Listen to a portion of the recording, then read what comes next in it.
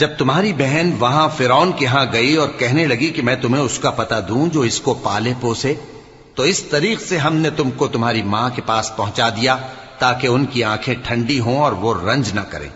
اور تم نے ایک شخص کو مار ڈالا تھا تو ہم نے تم کو غم سے نجات دی، اور ہم نے تمہاری کئی بار آزمائش کی، پھر تم کئی سال اہل مدین میں ٹھہرے رہے۔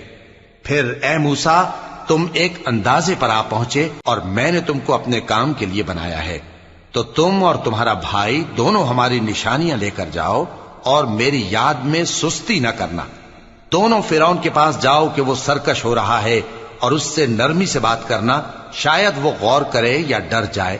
دونوں کہنے لگے کہ اے ہمارے پروردگار، ہمیں خوف ہے کہ وہ ہم پر زیادتی کرنے لگے یا زیادہ سرکش ہو جائے۔